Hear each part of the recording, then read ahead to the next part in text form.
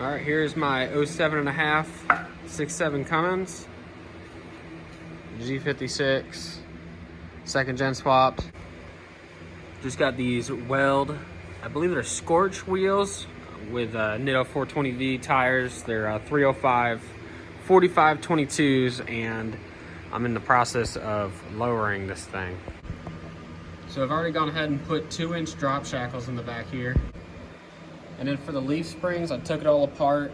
And these two spacer plates, they usually sit down here with the third one. Now you got to keep the third one down here because it has a centering pin. The axle has a centering pin, and these leaves don't have a hole in them for that. So leave it down there for the centering pin. This is a little ghetto right here. In a perfect world, you'd get new U-bolts. But you got that, and then you take the overload spring out. So that, with flipping 2 of the spacer blocks, that's 1.5 inches. And then you have the drop shackles, is another 2 inches. So if you want it to look like this, that's pretty much all you got to do. It's like referred to as reverse leveling. Instead of putting a leveling spacer in the front, that's a 3-inch leveling spacer, you just drop it 3 inches in the back, and that's what it's going to give you. The thing is, it's not actually level from true body level. It might not be easy to see like on the camera, but like your lower body line, that's true level, or you know, your bed rail to the windowsill, that's true body line. Right now it's raked down about 2 to 2.5 inches roughly in the front. And I want the front to be a little bit lower, maybe 1 inch, 1.5 inches lower, and I just want the back to match it. So this angle kind of shows it a little bit better. That's true body level line. That's what should be level. I mean, you can kind of see how high up it is on the tire there, and over here it's, you know, just a little bit lower. So that kind of helps you a little bit more, kind of show how raked out it is, which really isn't much at all, but it's kind of bothering me a little bit. So like I said, I want it a little bit lower up front, but if you measure out the actual body line from the top down, like I said, the window sills, you measure from top down or top of the bed rail down, you'll find that the actual wheel arch front to back, this one is about 1.5 inches, 2 inches higher than it is in the back. That's pretty common with trucks, I mean, for a long time, but your eyes might not. I mean, your eyes are kind of paying attention to the wheel gap here versus actual level line. So I'm trying to find a happy medium.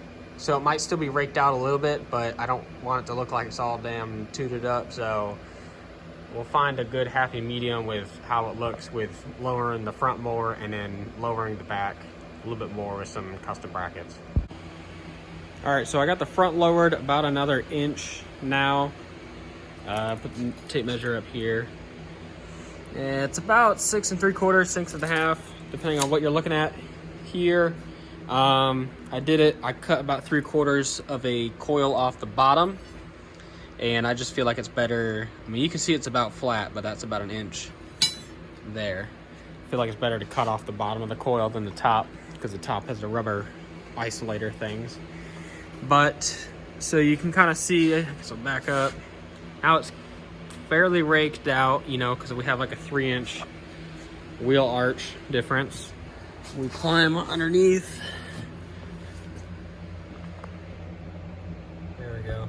You can see we almost have no room on the bump stop here. Probably about 1.5 inches or so. So I'm probably gonna end up cutting off most of the bump stop. I'm probably gonna leave, I don't know, finger's width, 1/2 inch. You know, they put these on there because people do truck stuff with them. And this truck is no longer doing Baja truck stuff. So as long as you got a little rubber there, you know, get about 2 inches, 3 inches of bump stop clearance, I'll be happy there. All right, real quick, chop the bump stop off. a lot of it. I know some people are probably freaking out. We'll see how it goes. If I feel like it's slamming all the time and, you know, really jarring the truck or something like that, I mean, we got all this other room here, another 1.5 inches, to where I could cut this plate off, you know, the entire bump stop off, and get rid of this and just have it be, I don't know, find some universal bump stop where it's just rubber right on the bottom of the frame. But yeah, I think it's not really a big deal because, like I said, we've only lowered the truck 1 inch in the front.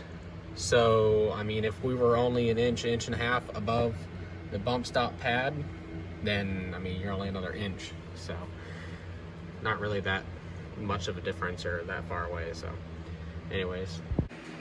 All right, so just got the bed off the truck. Had a complete retard moment here. I gotta read it again because my mind is just a piece of shit this morning. If you have an electric lift pump, leave the filler neck on or something, cap it, or else the fuel's just gonna fly the fuck out. All right, so the current game plan is we're gonna take these brackets and I'm gonna slice all the weld off the frame here and clean the frame up and just flip them upside down so the shackle is going down instead of how it is right now. These are your average like eBay 2-inch drop shackles. They're not actually even 2 inch, they're probably like 1.25 inches, 1.5 inches. And it's actually contacting the hanger right now. So it doesn't really have any more up travel than this right now or any other kind of movement. So not really sure what's going on there other than the design of it. But yeah, so anyways, I feel like that would be a lot better for suspension anyways, having full movement. So we'll get this all sliced up and get it up in the air and go from there. All right, so as you saw, we went from the factory like this. I cut and cleaned it all up and just flip it over.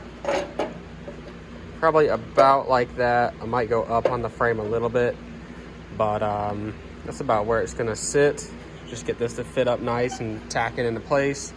And I'm probably gonna put some gusseting on the bottom, so where now it's trying to pull away from the frame, it won't. So get this tacked up, see how it looks. All right, got the hangers all glued on here. Made some little gussets at 1/4 inch on both sides, so it doesn't try and pull off the frame or whatever, so it should be plenty solid now. And got the factory shackles back on there. From what I measure, we got like another inch till the bottom of the bed floor. And this is just by flipping it and putting the stock shackle on versus the drop shackle. This is a little bit over 3 inches of drop, maybe like 3.25. But I'm gonna go ahead and throw some paint on this and hook up the traction bars and all that other stuff and put the bed back on, see how it looks. So here it is, finished result. Pretty much about even on the wheel wells, front to back. Kind of wish the back was a little lower. Like I said, the body line is true level, but that's all right. Look pretty good though. So that's pretty much it for lowering this thing.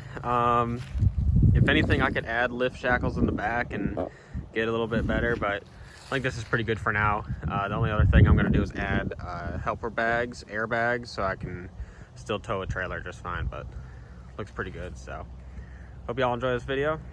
And, thanks for watching.